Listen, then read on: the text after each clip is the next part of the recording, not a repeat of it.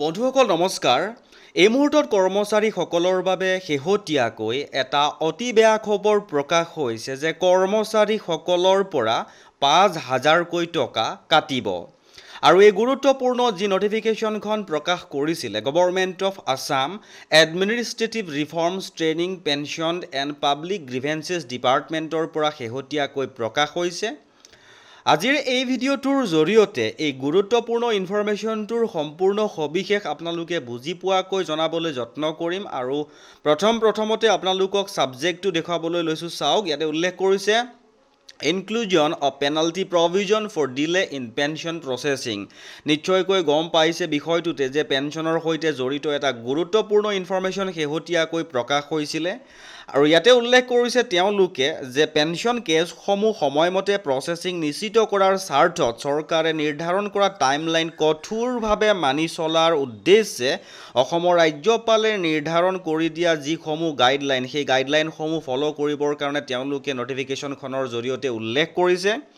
আৰু যিসমূহ ইম্পজিশ্যন of penalty অৰ্থাৎ যিসমূহ আৰোপ কৰা হয় পেনাল্টি হিচাপে, সেই পেঞ্চন কেছসমূহৰ SOP আৰু টাইমলাইন অনুসৰি সময়মতে নিষ্পত্তি নোহোৱা, অযথা পলম হোৱা যদি দেখা যায় তেন্তে সংশ্লিষ্ট হেড অফ অফিচেছৰ ওপৰত পেনাল্টি আৰোপ কৰা হ'ব। এটা অতি গুৰুত্বপূৰ্ণ ইনফৰমেশ্যন তথা পেঞ্চনাৰসকলৰ কাৰণে সুখবৰ বুলি ক'ব পাৰি। চৰকাৰখনৰ প্ৰথম আৰম্ভণিতে এটা সুখবৰ তেওঁলোকে প্ৰকাশ কৰিছে আৰু সকলো সবিশেষ আপোনালোকক জনাবলৈ যত্ন কৰিম। ইয়াৰ পাছৰ যিখিনি গুৰুত্বপূৰ্ণ ইনফৰমেশ্যন ইয়াতে লিখিছে, চাওক, আইডেণ্টিফিকেশ্যন অফ ডিলেইড কেছ অৰ্থাৎ যিসমূহ কেছ ডিলেইড কেছ বুলি আইডেণ্টিফাই কৰা হ'ব, সেই ডিলেইড কেছসমূহ তেওঁলোকে কি কৰিব, পেঞ্চন কেছসমূহ অৰ্থাৎ যিসমূহ পেঞ্চন কেছ ডিলে হৈ থাকিব সেইসমূহৰ এখন তালিকা কৃতজ্ঞতা বুলি যি পেঞ্চন পৰ্টেলটো আছে সেই পৰ্টেলত প্ৰতি মাহে তৈয়াৰ কৰিব বা আপলোড কৰিব আৰু সংশ্লিষ্ট হেড অফ অফিচলৈ প্ৰেৰণ কৰা হ'ব। আৰু ইয়াৰ প্ৰতিলিপি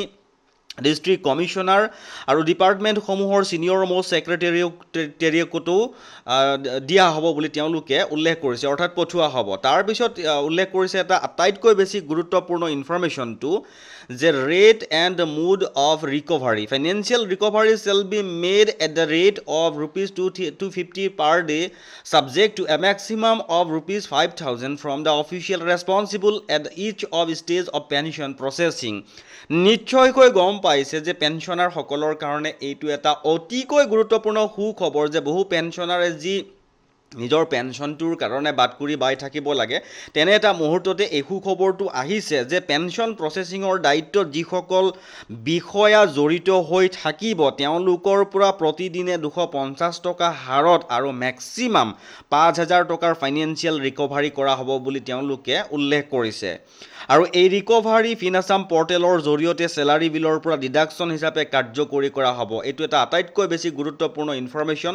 তাৰপিছত উল্লেখ কৰিছে যে DDOৰ যি ৰেছপঞ্চিবিলিটি বা দায়িত্ব, ড্ৰয়িং এণ্ড ডিছবাৰ্জিং অফিচাৰ DDOয়ে নিশ্চিত কৰিব যে এই ৰিকভাৰী প্ৰভিজন অনুসৰি কৰা হৈছে আৰু সেই ৰিকভাৰী তালিকা ARTPG